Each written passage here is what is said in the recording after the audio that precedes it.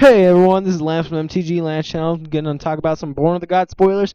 It's been a little bit while since I've done any spoilers. Now it's because I knew more spoilers would come out, but I didn't think a full set would come out.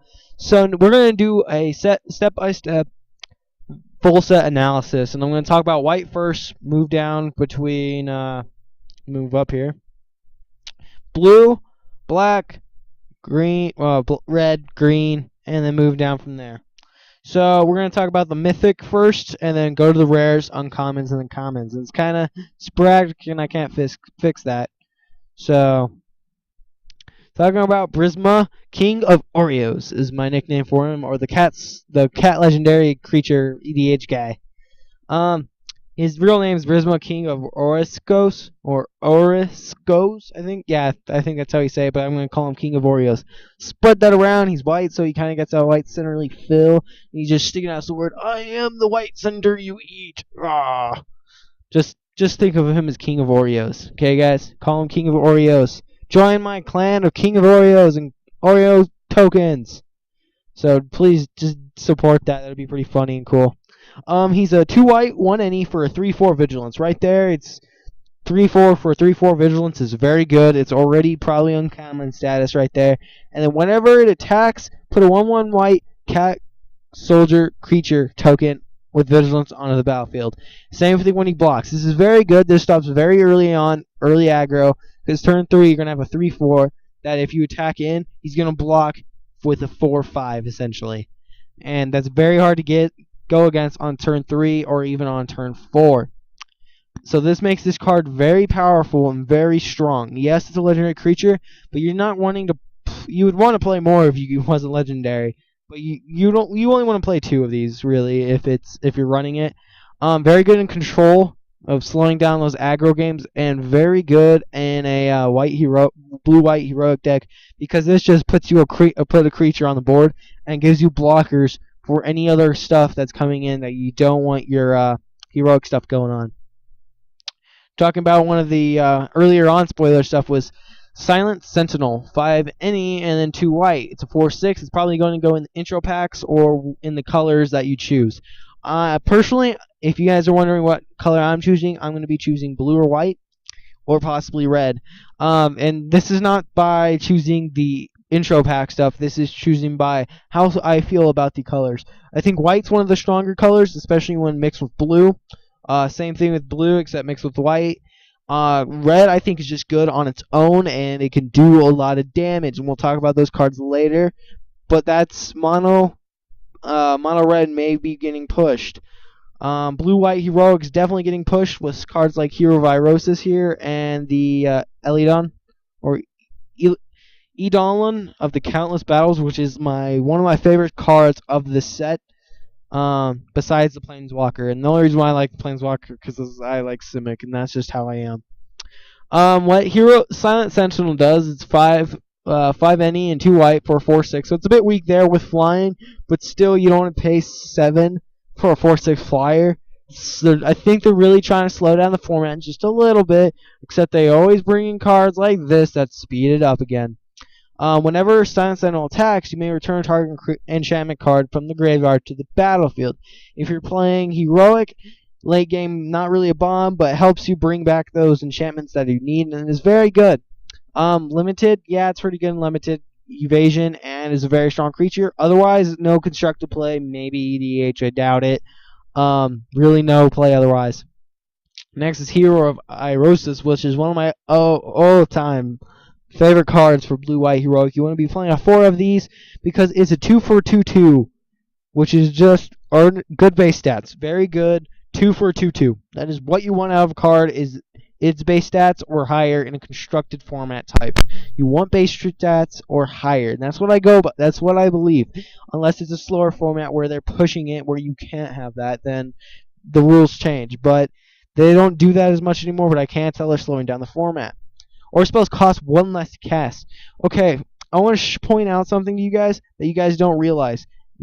Bestow counts as an aura spell.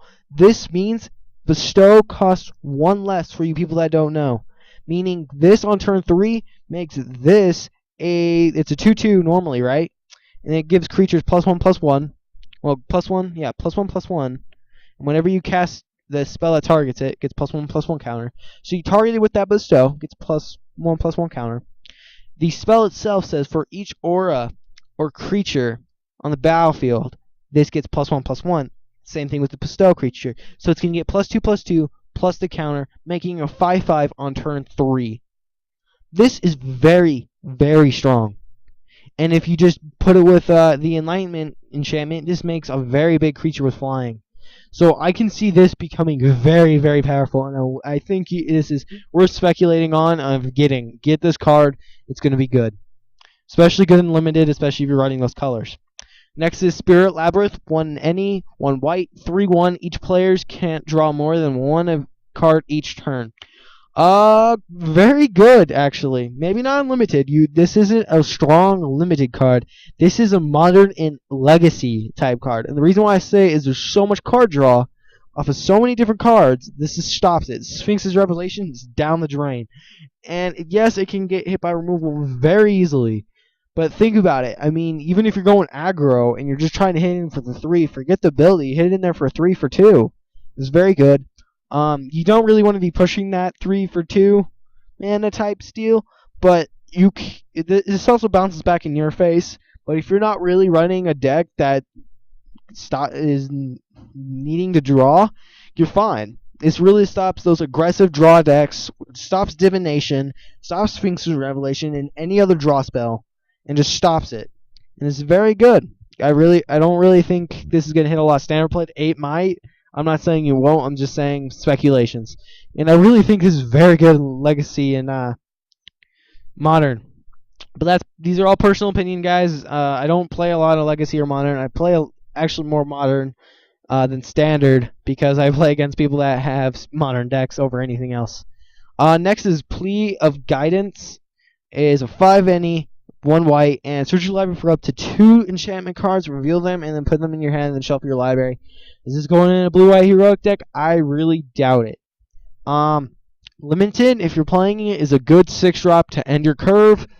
Helps you get that stuff, and it works. I really don't see anything very powerful out of this.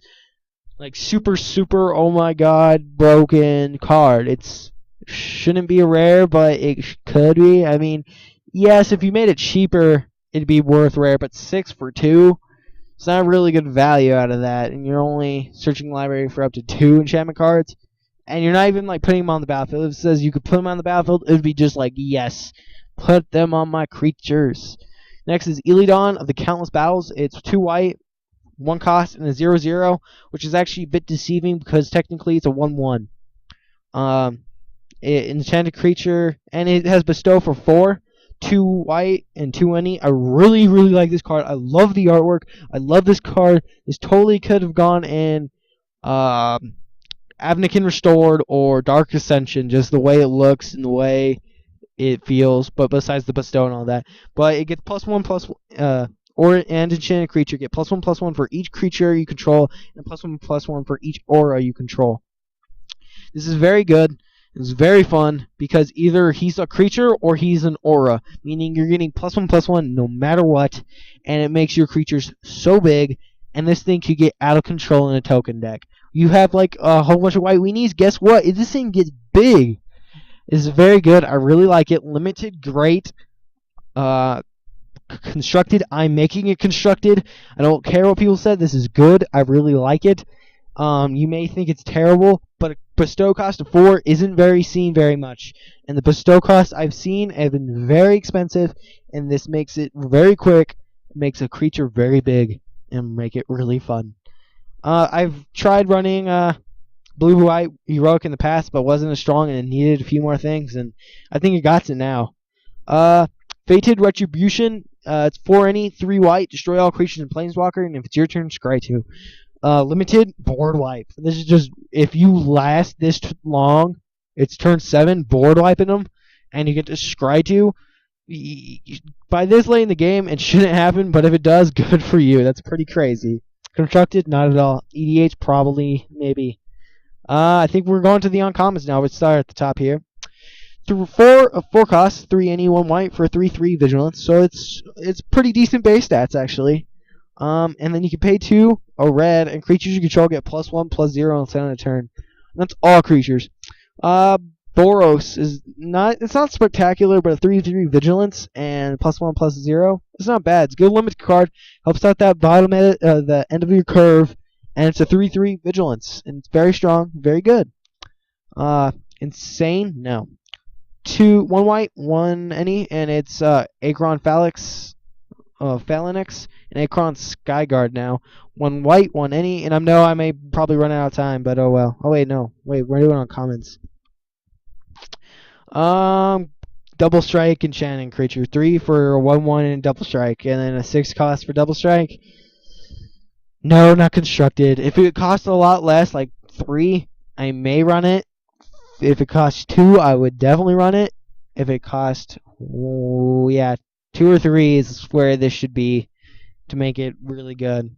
But they didn't want to be overpowered with it, so yeah, they made it that way. It's not bad, but I mean, it's not great either. Limited, it's a take. A 3/1 double strike for a 2/2. It's not the worst thing in the world. Let's just go to the bottom here real quick. Nothing. Just making sure, guys. God Favored General, making you 2/1/1 creatures for 3 whenever it untaps, which is the new Inspired. This isn't that bad. I mean, you're going to probably have play with 2 mana, and then you turn 3, you're going to play your 3rd, so you're not going to be able to do it then. But when you untap it, you're getting 2 different bodies. Inspired's not the strongest ability because you have to untap it somehow, but oh well. Archetype of Courage, this is good. First strike for 3 mana, and it's a 2/2. So you're getting a 2/2 first striker plus everything else, meaning your tokens, meaning your guy here. That's a 5/5 on turn 3, guys. And it has first strike for 3. Have fun with that. And your opponents lose first strike. So I'm just interested to see if you have both of these, what happens. Does it just cancel each other out? So yeah, I think it's very good. It's one of the better archetypes. Glimpse of the Sun God, 1 white. X any tap target creatures, X-star creatures, Scryline, possibly definitely limited. Good cantrip. Standard constructed, probably not, but who knows? I've seen weirder cards like Divination hit standard. Vanguard of the Brisma, 2 white, 2/2, and whenever you target, put a 1/1 cat, which is heroic against vigilance. Not the greatest, but still pretty good in limited. Next is a 4 cost. Whenever you gain life, put that many 1/1 counters on this creature. See this going in a Soul Sisters type brew, but otherwise not really. You'd think, oh, whenever you get a 1/1 counter, you gain that much life. Be a lot better, or yeah. But no, it's not that way. Bummer. Dawn to Dusk, 4 cost, 2 white, 2 any. Choose one or both, which is always one of those fun effects. Return enchantment card from your graveyard to your hand and or destroy a target enchantment. I'm not going to talk about the comments because you guys can look them up, or I'll just make another video making this longer if I have to. 5 cost for a 3/3 flyer, tribute 2, which tribute's alright. It's not very strong in this format. When there's battlefield, put 2 1/1 whites if it wasn't paid, and I would be fine with giving him 2 whites. I mean, it's not that powerful. Acheron Skyguard just puts a 1/1 counter on it. Simple. You cast a spell that targets him, you may tap a target creature. I'm just going by the abilities now. Enchanted creature has 1 any, 1 white, tap, you gain 3 life, which isn't bad in a gain life deck. Soul Sister, I mean, you can just use it to tap life and gain stuff. Exile tapped creature, limited. Just an elk, just a good around 4-drop, helping your curve. There's battlefield, turn target enchantment from good, limited. This is crazy, guys. I read this and was like, whoa.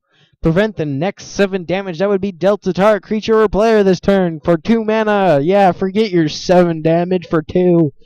This is actually very good. White for 1/1 gets +1/+1, gains lifelink. So you're gaining life off of it. Exile target artifact or enchantment. Screw you, gods. Prevent the next X damage that be dealt to you and deal that much. And it's devotion to white, so fun. Pegasus can't attack or block alone as a 2/1 because 2/1's too aggro, guys. And that's pretty much it about. Oh yeah, and the Inspired whenever taps, gain 2 life, and then 1 white for 1/2 for 3 bestow. Is that so? Yeah, that was the spoilers for white. I know I had to finish this one really quickly off, and I'm sorry I'm talking a little bit faster because I have a few seconds left. But thank you guys for watching. I hope you guys enjoyed. I'm doing part 2 just now, and I'll talk to you guys later. So. See you guys. Let me know what your favorite white card is for constructed and limited. And make sure you identify them. So see you guys later. Peace.